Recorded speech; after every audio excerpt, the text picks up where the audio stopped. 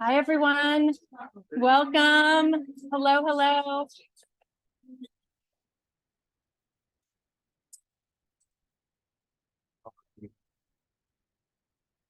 You can speak into the microphone. Oh, absolutely, I can. Thank you. Hello, hello.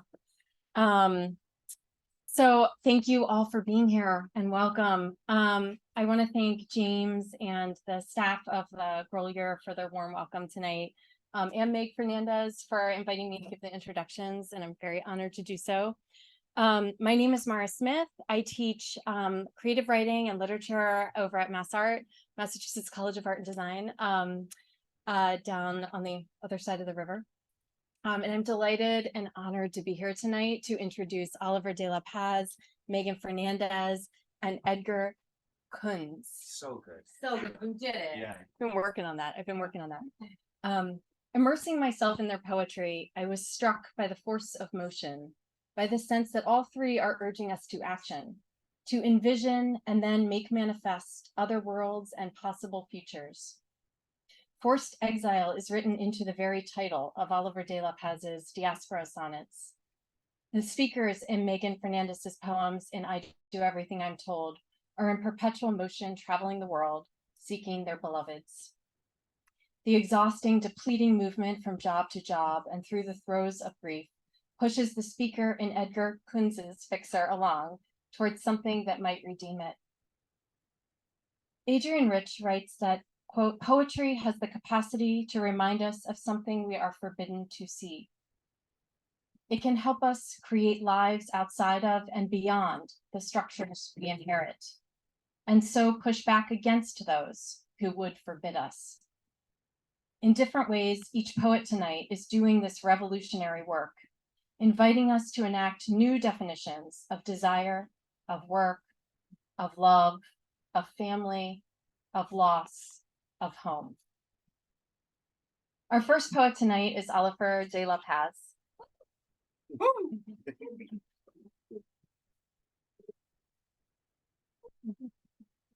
Oliver is and will be the Poet Laureate of Worcester, Massachusetts for the next 2 years until 2025.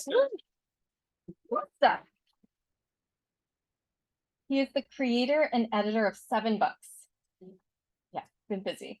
Names Above Houses, Furious Lullaby, Requiem for the Orchard, Post Subject, A Fable, and The Boy in the Labyrinth, which was a finalist for the Massachusetts Book Award in Poetry. His newest work, the Diaspora Sonnets, was just published by Liverwright Press.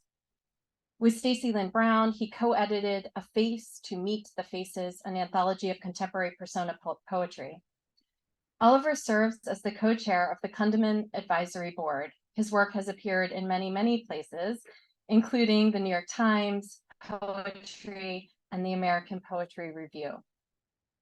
He has received grants from the NEA, New York Foundation for the Arts, the Artists Trust, the Massachusetts Cultural Council, and has been awarded multiple pushcart prizes.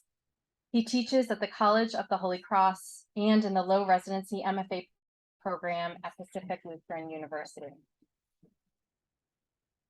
In Diaspora Sonnets, Oliver primarily uses the constraint of the sonnet to explore the experience of exile, of, quote, moving from place to place, house to flimsy house. The landscape of his poetry is dotted by absences, some occurring naturally when birds quiet, not the poets, when birds quiet with the change of seasons, others painfully artificial, a holding back and silencing of oneself in a new country.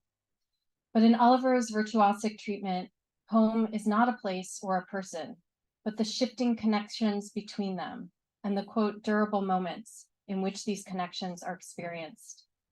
His poems carry us through these moments with imagery that startles and a tenderness that teaches. They show us that we might glimpse, quote, in such quiet places, a certain slant of light that becomes a, quote, kindred, speechless thing that calls out from the horizon and fixes those who are displaced into a web of connection, even as they prepare to move once more. Oliver de la Paz.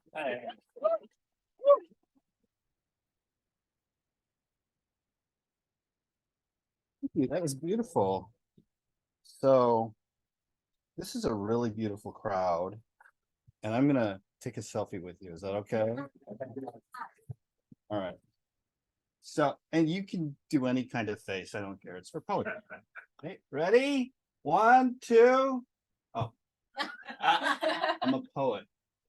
Ready? 1, 2. I'll take a few. There we go. Cool. Thank you so much. Poet laureate of Worcester. Worcester. My sons are learning to speak with a central Massachusetts accent, and they went to a gas station where you needed to buy something in order to use the restrooms. And my middle kid says, well, if I buy a candy bar, can I use your dumper? Oh my God. Oh my God. The horror. Thank you all. This is wonderful, and I'm so glad to share this air conditioning with you. A couple of things about my book. I'm going to read 5 poems. I'm going to read 5 poems. A couple of things about my book. So in 1972, my family left the Philippines because we were blacklisted by the Marcos regime.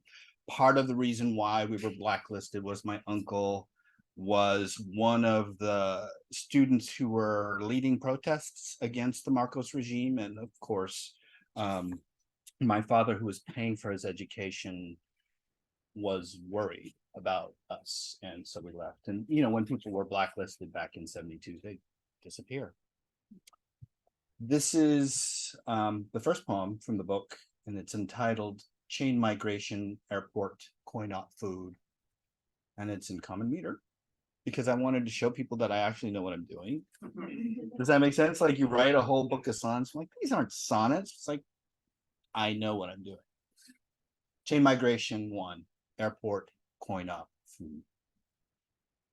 My father changed his cash to coins and stuffed them in machines to buy us food. The airport noise, my sense of father's schemes, a dense commotion. Gleaming walks where heels click-clacked, endless to my childish sense of things, back where home was, a blankness. The streets of Marikina crammed behind my eyes somewhere, or lost in pockets stuffed with crumbs of airplane crackers, where once a memory, only clothes shoved in a small valise.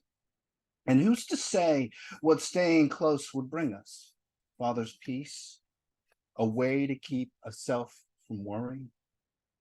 Or did my father think about this stack of quarters, palm and warm, the sunk weight of the coins against his thigh, the sound of the exchange from one self to another life, a rattle in the cage, causing the rack of a machine to turn its gears and drop a bag of chips. Not quite a dream, but here, for now, a stop.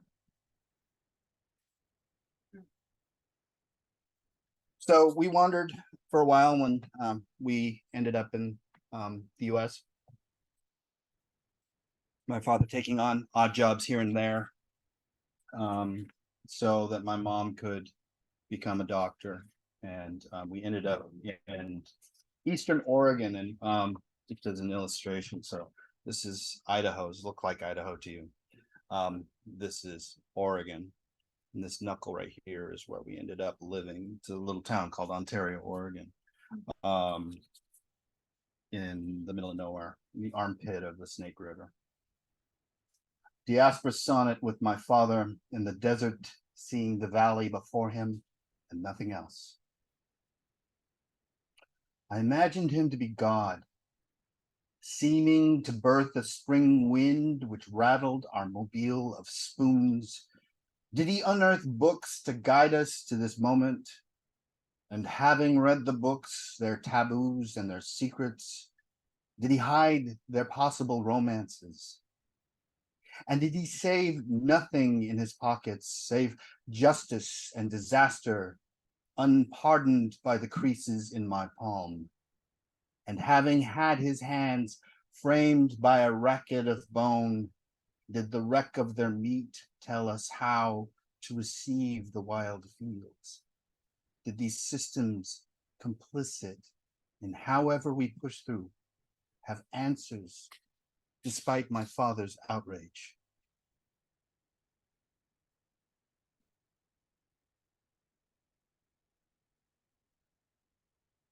One of the houses that we ended up in had been infiltrated by chimney swifts, and we found bodies of birds everywhere when we first moved in, and that's always a bad sign.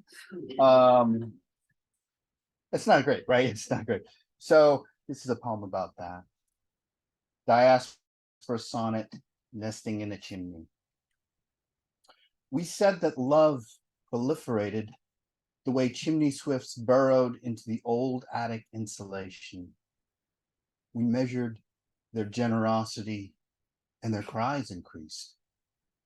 We heard them in the day and called them our singers.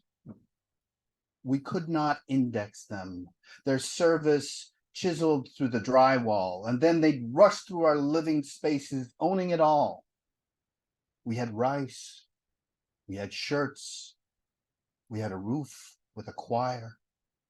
The long gush of their collective, full of thirst and want. Their calls cut through the ceiling, the gears of a machine that had already dug a long furrow into our seams. I'm going to read two more things. This is about watching a lot of TV. I was a latchkey kid. I just went to Duran Duran last night. I just want to sort of, this is an interruption. I went to Duran Duran last night. And I am so Gen X. I was there and I was like, oh my gosh, everybody here is of a certain persuasion and a certain age. And I thought they all were probably raised the same way I was, with TV and with like the door open. Anyway, I was babysat by TV, and this is a poem about not seeing myself on the television. Diaspora sonnet on the glossy cover of TV Guide.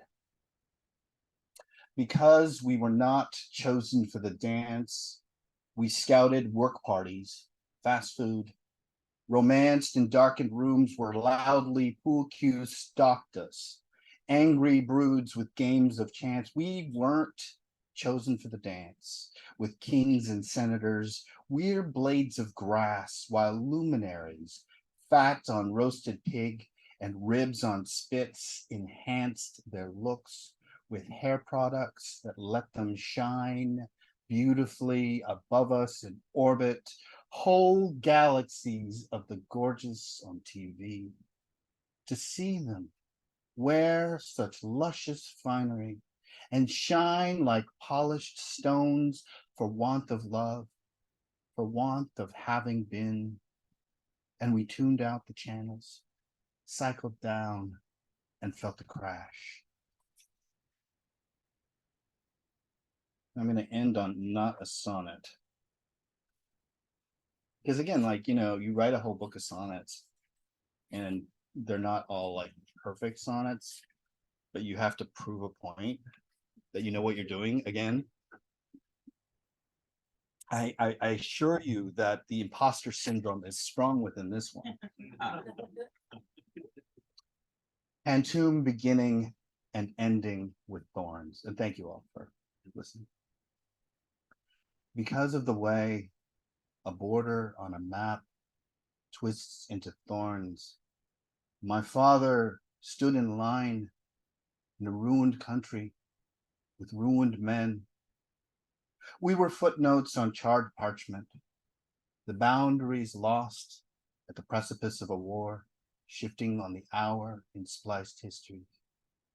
My father stood in line in a ruined country with ruined men, and what for? Did he imagine the desert he would bring us to? At the precipice of a war, shifting on the hour in spliced histories, the call to leave home throbbed inside him. Urgent pulses, and what for? Did he imagine the desert he would bring us to, its thirsty and abandoned towns? There was a fire spreading within. The call to leave home throbbed inside. Urgent pulses crossed and uncrossed like tributaries on freshly inked maps. In thirsty and abandoned towns, there was a fire spreading within, so he took us away. Because the country was ruled by swords, which crossed and uncrossed like tributaries on freshly inked maps. And the guns would sound all night like feast days of saints. He took us away because the country was ruled by swords and men emblazoned with chevrons and pins, and the guns would sound all night like the feast days of saints. But really, there was more silence. There was worry and fear, and men emblazoned with chevrons and pins would draw black X's over places they conquered. Really, then more silence, then worry and fear. The flies would sing their hymnals in procession around the dead. The black X's over places now conquered. Maps of provinces, cities, family lines drawn and redrawn. The flies singing their hymnals in procession around the dead, and my father with a ticket to flee because home wouldn't let us stay. Maps of provinces, cities, family lines drawn and redrawn into travelogues and diaries, into stories passed in the night. Like my father with a ticket to flee because home wouldn't let us stay. Hum of the plane engine, hum of idling car, hum of the outboard motor, into travelogues and diaries, into stories passed in the night. We were footnotes on charred parchment, the borders lost to the hum of planes, idling cars, hum of outboard motors, because of the way the line on a map twists into thorns.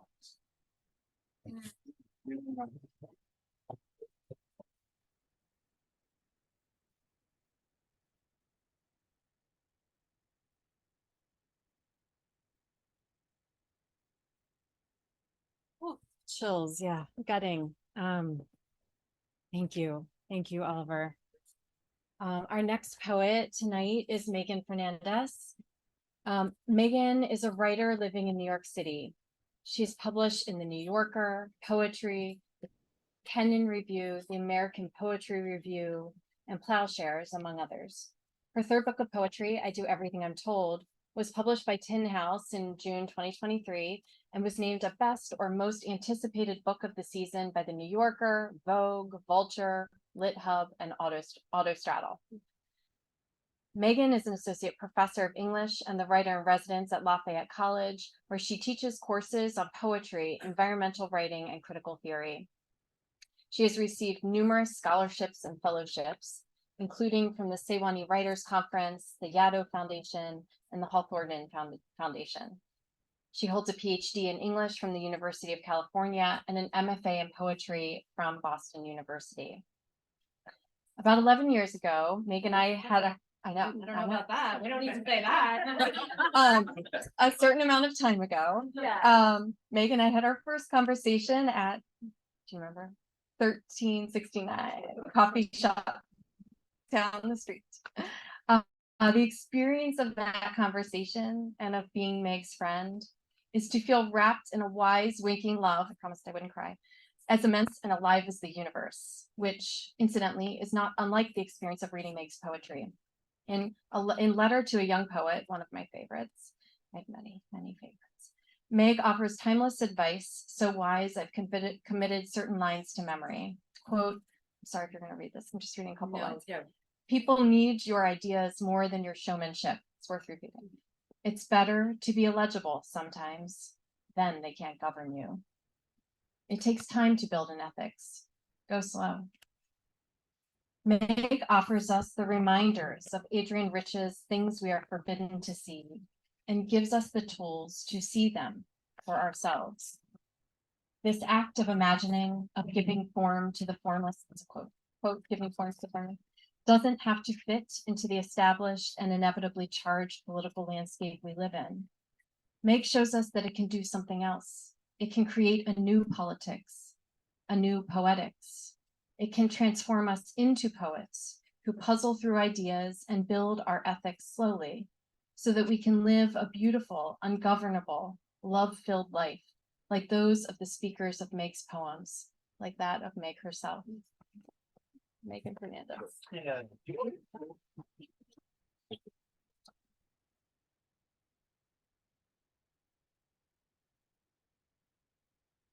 Hi, wow.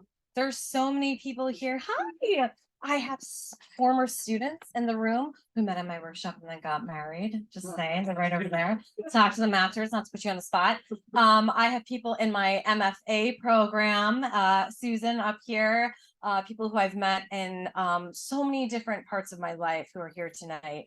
And it's just really moving. It feels like a homecoming. I went to BU for my MFA. And was in this bookstore a lot. So I want to first begin by saying thank you so much to Grolier and to James for hosting us today. Yes. And also thank you to Catherine Tice, who may or may not be here, but who, oh, there you are. Okay, yeah. Who's hosting this beautiful after party for us. Very close around the corner, and there's so much wine, so please come out. It is an honor to read with Oliver. It's an honor, and just like my heartstrings, just to see Maura in the world. And it's also an honor to read with my homie Edgar, whose book just came out a couple of days ago. It's an editor's, you're gonna say this, but it just got an editor's pick like last night in the New York Times, right? So we're happy about that. And I just love, I only did this tour as a way to read with people I love, and whose work I love. So thank you so much. I'm gonna read also 5 poems. And this one is called Do You Sell Dignity Here? It's a little bit about humiliation. Anyone? No, this is so dignified. I feel like Boston's really fucking dignified, but in New York we're not. So it's called Do You Sell Dignity Here? Do you know what aisle they sell dignity? I say to the store clerk on University Avenue. It is a cold October. Frank Ocean's Moon River croons in my head. And earlier that day, I lay flat in the bathtub like a wild infant, shower pouring, thinking of that Dickinson poem where she says, a bomb upon the ceiling is an improving thing. Steam gathering in celestial curls, and I imagine bombs fizzing out gas and me radioactive with love. At the grocery store, I ask where they sell dignity. And when the clerk says, sorry, what'd you say? I explained that I'm looking for dignity, having lost so much in the last year. I was wondering if it was neatly placed by the baking powder or perhaps refrigerated with the perishables, given its fragile shelf life. And yes, I really did ask this, partly because I was being funny and trying to make a friend, but also I would have taken a hug or any acknowledgement that I'm a person who can laugh at myself despite walking with that odd angle of defeat. Children have no dignity, and I really admire that about them. I love their ruthless response to injustices, their desire to feed birds in the park, to grieve the sea, their right to be tired in public. Do you sell dignity here? I asked one last time, and then tell them how it went down, how I had lost mine in Bushwick of all places, near a building covered in glass, and white girl gentrifiers having their white girl epiphany. Such bad coming of age trash. Jesus, all my parents' sacrifices for this, for what? Is this why I came here from Africa? They would say over my flat body, hopefully in the shape of a shrub. I am undignified. I prey on fluorescent light. I enter through the automatic door of grocery stores with royal glide feetless into an even white. I greet peaches and body cauliflower, not to the pink packets of sweeteners and wrapped meat thighs. I am drawn to the milks and oblong fruit, dent a red Campbell's can of soup. I want everything as cheap and damaged as this feeling. When they go low, we go high, a president's wife said.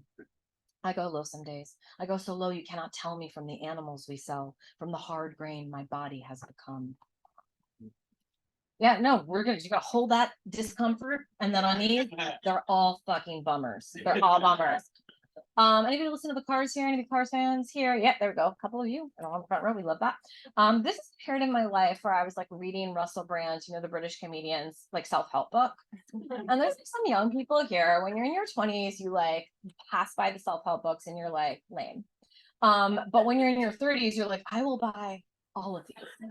And I'm just gonna try and turn this around. So this is about that. I walk into it's called Drive, which is a song by the Cars. I walk into a record store on Christmas Eve and the Cars are playing, so of course I think of you. In therapy, I learn words and box 3 days a week and read Russell Brand's book about being fucked, and for months cut out drinking and applied to divinity school and examine my life and the impossibility of you and I, and how I is a mirror and you is nothing but a projection of I, and I did try honestly. I recited cliches when language failed and let my self-helping heart run ravenous at a buffet of cheap routines, and then came armed one day with my ancestors who had lived through revolutions and ships raging at their shores, and they too shrugged at me. So I blamed sexuality and childhood and made every target an easy one just to make it make sense, but it wouldn't fit, nothing fit. And my friends said words about history and power and race, and I wanted the pain to be ideological, but it was too easy, and nobody admits that ideology can envelop almost anything and therefore is bad form. I gave up. It was an angelic state, a surrender to a belief that you and I was a unity that could return one home if home were a pair of blue stars in devoted orbit, seen as one bright pulse from Earth away from the brute facts of living. But home is not two suns. There is no home and nothing to return to, just a series of shadows, partial signs of presence, a flickering. I say things and then unsay them. It was love. It was not love. It is raining. It is not raining. Contradictions are a sign we are from God. We fall. We don't always get to ask why. Yeah, they're just, yes. So this is a poem. Some of these are just petty fucking poems. They're like revenge poems. This is a poem about how I didn't get a job at a woman's college, and a straight man got that job. And I've just been so cunty about it ever since. Corner, no, don't worry about it. Corner, yeah. Anyways, so this is called Rilke, and it's a Rilke, and Rilke is one of the only people who translated the Orpheus and Eurydice myth. With the moment of turning, well, not translate, he wrote it, and then it was translated. This is the Galway Canal translation, or maybe it's the Franz Wright. I think maybe it's Franz Wright. Where he wrote that when Eurydice like sees Orpheus looking back, she just pivots with a virginal indifference because she knew he was going to turn back because he was kind of a fuck boy, and she was like, I know what he's going to do, and I don't even care. So just this beautiful indifference. So that word pivot to me, and also virginal, felt so important. So Rilke, already she was a root. No one in history has ever been as smart as their husband. I think of the myths where men drown and women sit in the waiting rooms of the underworld. See, I think Orpheus knew, had always planned back to turn back, and Homegirl knew too. That's a kind of smart, to know what you know, to know what your man can and will do and how it will later be told. I prefer your kind of smart, my friend says, by which she means dumb joy. Hey, it's true. I flip Hades' den and get people in a room. I'm good at a party and even better at dead ends. When I lose a job at a woman's college to a dude, I mourn in gray silk for days, play Blanche in vain distress, wander with cigarette holes in my dress, you know, for character, to impress, to make sure I'm convincing enough to be overlooked. Once my students got locked in a room and I jumped from a window to let them out. What mama energy, one student said, and I gave her a C. Baby, I'm Circe. I hold down the island. I don't drown my own men in the sea. I tidy up the underworld, and down here there's a tunnel to hell where we wade each to each. We bury waterlogged peaches deep. We refuse to die in this underneath. When the detective breaks in and asks which way he went, I take a drag or sip. I pivot indifferent. I curtsy ankles in check. I know how to turn around. I know who waits in this clockless eternity and who is allowed to drown. Yeah. Okay, this is a poem about, yeah, should I read this poem? Sure. Let's start. It's called How to Have Sex in Your 30s or 40s. And I've heard from older people, also your 50s and 60s.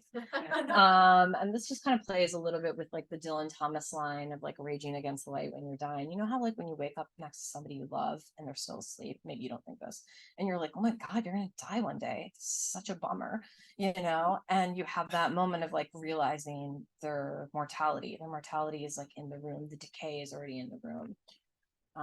So this is it. How to have sex in your 30s or 40s. Only way is to fuck like you're stalling the body's departure from doing what bodies will do. End. Call it back from its route to extinction, tether it to its own underbelly, the land of living, speak its basement desire. If you can do that, well, then you've done a thing. Young sex misunderstands metaphor. To the young, the dying of the light is mere abstraction. Light is not light. It means anything else. But bodies that beget bodies, bodies that have buried the bodies that made them, bodies that have buried the bodies they have begotten, they know what multiplies and disappears. They know what light means. I fuck like a last request, like I'm saying, maybe reconsider your departure.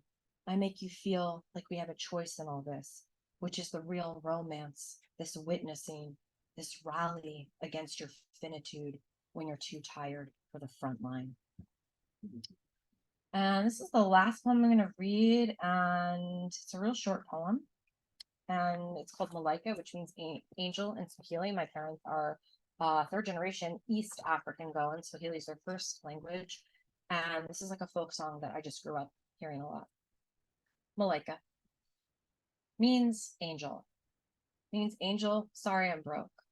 Means will you marry me anyway is sung at every gathering in my family. Sometimes the elders just break in a song and all the kids roll their eyes, or now that everyone is dying, tentatively sing along to the lyrics. Comes from Tanzania, is at home in the mouth of my father, was sung as we lowered my aunt in the fire. Returns you to the earth means did I miss my chance, sister? Means you disturb the heart, baby, you disturb my heart, angel, it's you.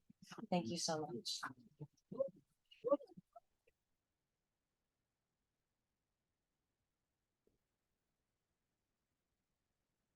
Oh.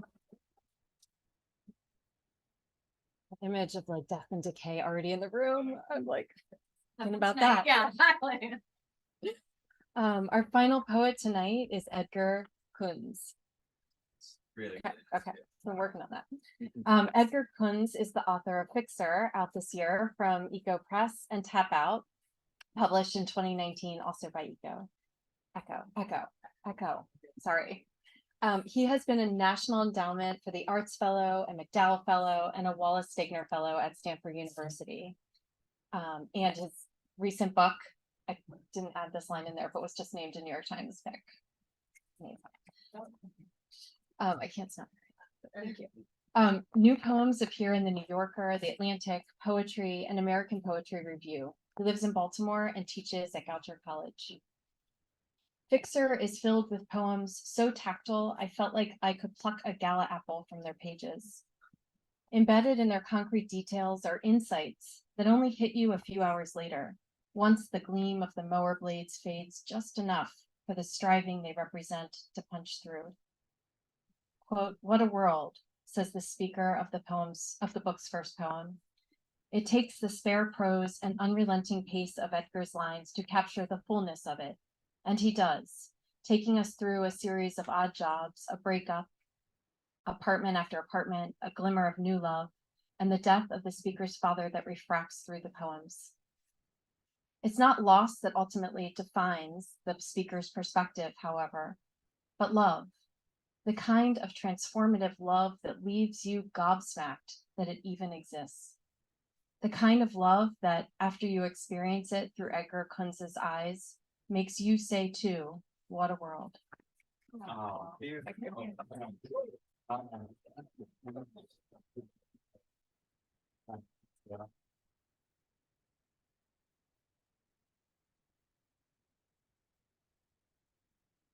Hi, how are you? Thanks for being here. It's such a dream. I've got a lot of beloveds in the audience. My birth mom is here, Linda, special. Yeah, Oliver and Meg and Maura, thanks a lot. It's a dream, it's a dream. I'm feeling kind of bowled over by that intro, which I'm feeling emotional about. It's really lovely. I'm going to read a handful of poems from this book that just came out recently. You might know this, but Meg and I are reading together for the next like 30 nights in a row. So we're just going to be reading the same poems over and over, and we'll get tired of each other eventually. No, but it's such a pleasure, it's like a dream. Yeah. Yeah, I'll read that first poem first. It's called Day Moon. I used to live in Oakland, California, and we lived in a tiny little studio apartment. It was 300 square feet, and we shared it. And the plus side was we lived by a lake, and the lake was kind of a bird sanctuary. I'll talk more about this later, but it was a special, strange place to live. It's called Day Moon.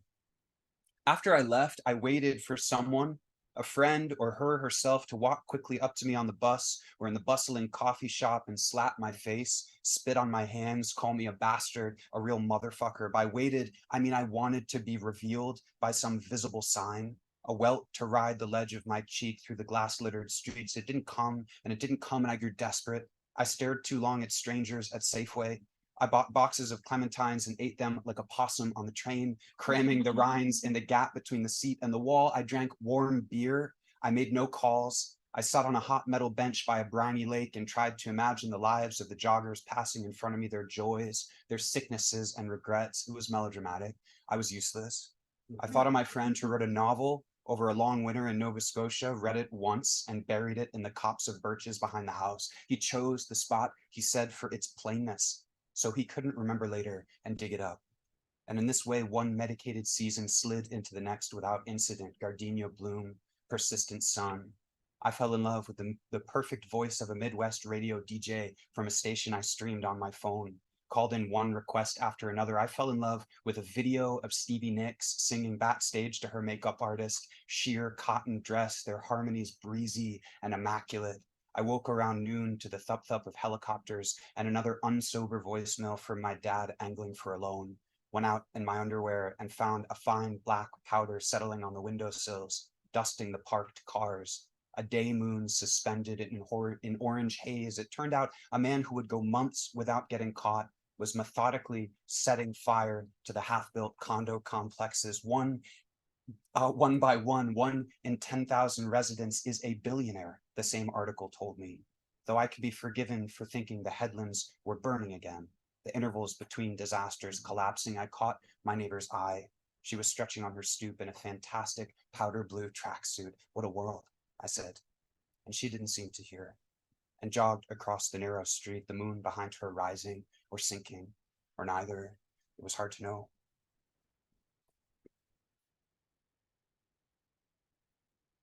This book is largely about weird jobs I've had. And one of them, do you know McCormick Spice Company? Yeah, we all know. They're like the spice company. You know what I mean? I'm not trying to brag, but I worked for the #1 spice company. Anyway, it was like a weird temp job where I would go in and test dips, and I would write up some things about the dips. And I'm just so happy that I was able to sneak this poem into the book. It gives me great pleasure. It's called Tester. I catch a bus out to the county and check in at a beige terminal, and they ask me about the smells and textures of various dips, and I click appealing or not appealing, then elaborate in the text box below. Artichoke and French onion, spicy 3-bean queso. I got in on referral. I live with 7 other people. I measure rent and how many sessions I have to do with the dips. This is Baltimore. I think my rent was like $200. I start testing what I can get away with. Notes of bright espresso, mouthfeel of a sun-ripe plum. I write longer and longer. I don't think they read a word. It's weeks before you're entered into the system, more weeks to get your tiny check. Aline says, if you think it's a scam, why do you keep saying yes? In the fluorescent room, I receive one dip after another from blue-gloved hands. Always the same plain tortilla chips to dip with. The same hands clearing away the tiny plastic cups. I tinker with my descriptions. If I need water, they bring me water in slightly larger cups. It's the best job I've ever had, dude. I just work on my poems. They don't read it. I'm getting fed. Nice. Yeah. Right. Before my first book came out, my dad died like the fall before, and the book came out in the winter. And that was obviously an intense thing to happen, especially because the book revolves around him in a way and revolves around my childhood in Framingham, Mass, but also in Manchester, Connecticut, outside of Hartford. And I was struggling to write for a long time, and I think it was because I was trying to write about anything other than him. I was so sick of finding him in my poems, you know. And then I wrote this book that's like primarily about him, you know, and it's kind of a love song to him in a way. And then the poems started coming, you know what I mean? So you don't get to choose what you write about, I suppose. This first poem, so I wrote a whole middle section. It's called Fixer. That's where the title of the poem or the title of the book comes from. And they're all the same page. They're all the same size. They're like 18 lines. They're long sonnets, kind of couplets. And they don't have titles, but I'm going to tell you the title that I think they should have. They're like secret titles. And this one is called Rodeo. is the very first one. We're breaking into your apartment through your bedroom window. The maintenance guy's ladder is propped against the sill. I climb the ladder rung by rung. It shivers. I try not to look down. A face appears in the glass. What are you doing? The face says. I'm looking for my dad's, I say. I thought this was his window. Aren't you Ken's boy? He says. No, I say. Chris's. Oh, Chris, he says. He's dead. I know, I say. I thought you could be Ken's, he says. Sorry, I say. Believe me, the face says, not my first rodeo. I climb down. We haul the ladder to the next window and try again.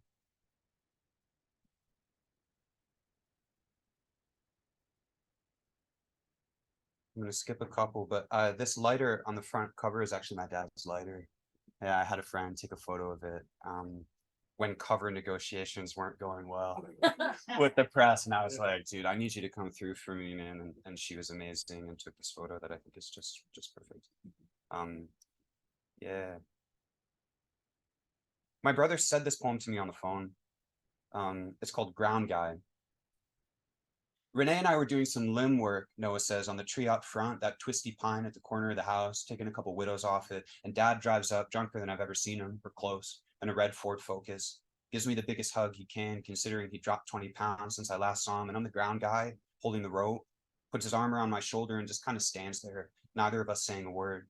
Not knowing after 2-3 minutes he'll get back in the car and drive off. Last time I'll ever see him. Because when you're the ground guy, you gotta focus on the guy in the tree. You mess up and that limb swings out and hits the line, bang, the whole block goes dark. Sometimes you just hear a poem and you have to write it down, you know? Just write it down. I was literally on the phone with him. I was like, wait, stop, say that again. I'll just do 2 more. This is the last poem in the middle section, and I think its title is Piano. I held him together as long as I could, she says. He stopped working, stopped coming upstairs. He was like tissue paper coming apart in water, like smoke in my hands. It had nothing to do with you, baby. You left when you had to. I met a woman once who worked on pianos. Said it was a hard job, the tools, the leverage, the required ear. I love it, she said, but it's brutal. The second I step away, it's already falling out of tune.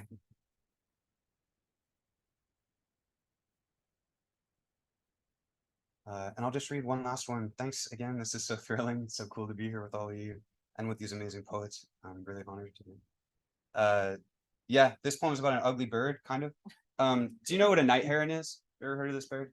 It's like a heron in name only. It's like a tiny, like sinister, like a Count Dracula kind of, you know what I mean? It's like, it comes out only at night and it spears the fishes. And anyway, it's the ugliest bird at this bird sanctuary that we used to live next to, but it nevertheless became this kind of weird symbol for me and my sweetheart. I just got engaged, by the way. Yeah. She's so rad and I'm so lucky. Anyway, this kind of tells the story of the beginning of our relationship. And it's what the whole book is building toward, you know? It's all just kind of scaffolding to get to this. Night Heron. What now? You'd flown in from a Midwest city named for its rowdy summertime abundance, lying, saying you were coming to visit friends in San Francisco, and I had taken the train from chilly Oakland to meet you, and we rode north, carefully not touching.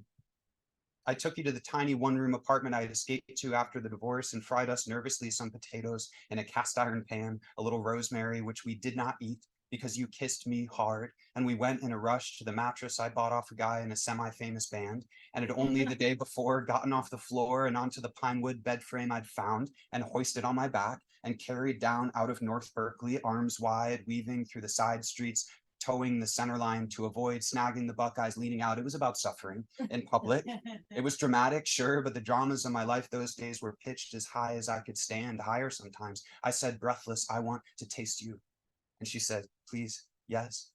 And later, out at the edge of the lake, huddled against the damp wind, hot grease soaking through a paper bag, licking salt from each other's fingers obscenely, a night heron peered up at us from the reeds, small, hunched, dipping its shining beak in the shallows, not particularly beautiful, but a heron nevertheless, the same one we were sure we saw perched on the awning outside the theater, whose marquee shouted slogans like, "We live in a fake democracy," and "Prevent unwanted presidencies" with hand-counted paper ballots. And later, the cabin we rented with friends in Calaveras, snowmelt vaulting the redwoods to magnificent heights, drinking rye, and each of us practicing our best wolf howl at the waning moon, which was ridiculous, yes. But once we started, it became impossible to stop. Waking up next morning hoarse and happy, and you moved west, and we lived together in a studio overlooking the cafe dumpster, and then back east on a dream of a house and a garden, and then my father died, and at almost the same age yours did, and both from drink and an unnameable sadness. I went back to Connecticut alone. 3.5 days, my mother said, before anyone had found him in his apartment on the far side of town. And going with my brother, which we should not have done, and dragging the mattress out, and clearing the maggots off the ceiling with a shop vac, and so on. And later you came, and we walked through the basement of my mother's house. I wanted to show you where for a while he lived and how. And you slung your arm around my waist, and we moved slowly together, bare fluorescent bulbs shining on the Budweiser ashtray, the carpentry tools I would inherit, the ratty couch he crashed on for years. You held up an old Calypso record he loved and sang out softly, "Jump in the line, rock your body in time." And I sang back softly, "Okay, I believe you." And after a while, Mom at the top of the stairs shouting, "What are you kids doing down there?" And climbing the steps, you pinch my elbow and ask if I'm okay. And I hear myself say yes, which is not a lie, though I'm not listening. I'm letting myself feel how astonishing what our love can make of a place like that.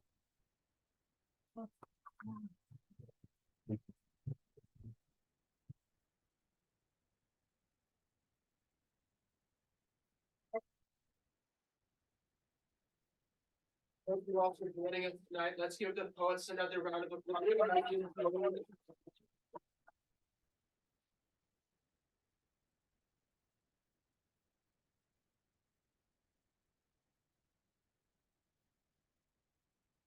We have some books for sale. The poets will be signing their books. Please go up and tell them what you thought of the beautiful reading. You know, it's so important. And if everyone could please put their chairs up against the wall. Please do the after party. Yes, the after Yeah, party. yeah. And thanks, James. And thank